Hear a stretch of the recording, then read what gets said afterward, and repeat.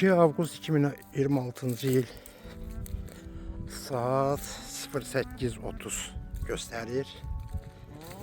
Yenə gəlmişəm kəndimizə. Hal-hazırda sizin evinizin yanındayım. Dedim bir dəqiqə buradan keçirdim. Sizin de evi yenə çəkim. Bəlkə ola bilsin, neysə. Keçən dəfə yaxşı çəkməmişəm. Gün düşür gözümə yaxşı. Ona baxmayaraq yenə də çəkəcəm bunları. İradə xanım, bura sizin doğulup boya başa çatdığınız ata yurdunuzdur. Allah ermənlərə nə elədiniz? Evinizi yerlə yeksan ediblər.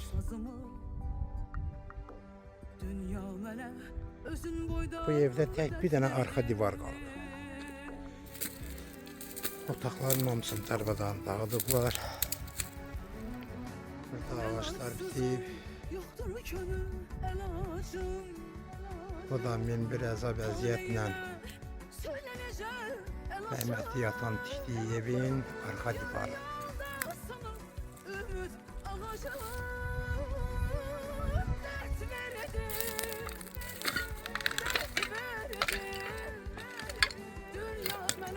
Elə söküblər, elə bir zal qalıb da, zal kimi.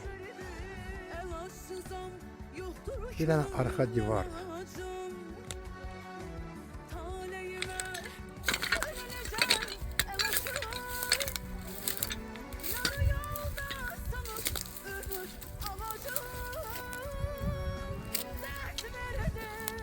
Bu da adına düşürdü.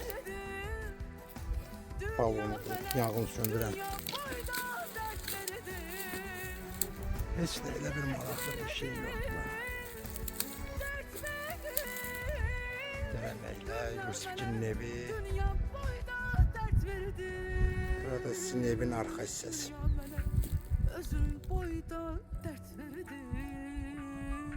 Burada da bir mənəm. Bir də mənim kölgəm.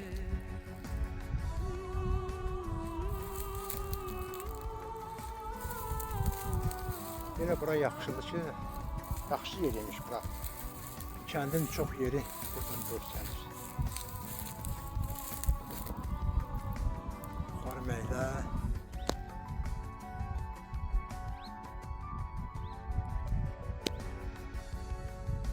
Bax, ora isə təzə məktəbin yeridir.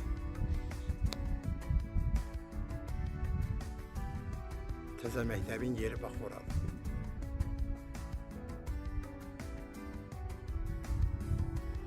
Arka tarafta rahmetli Sulduz'un Tehran evi.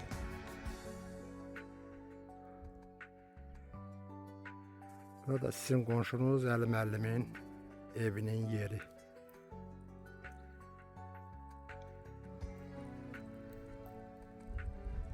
Bu kadar.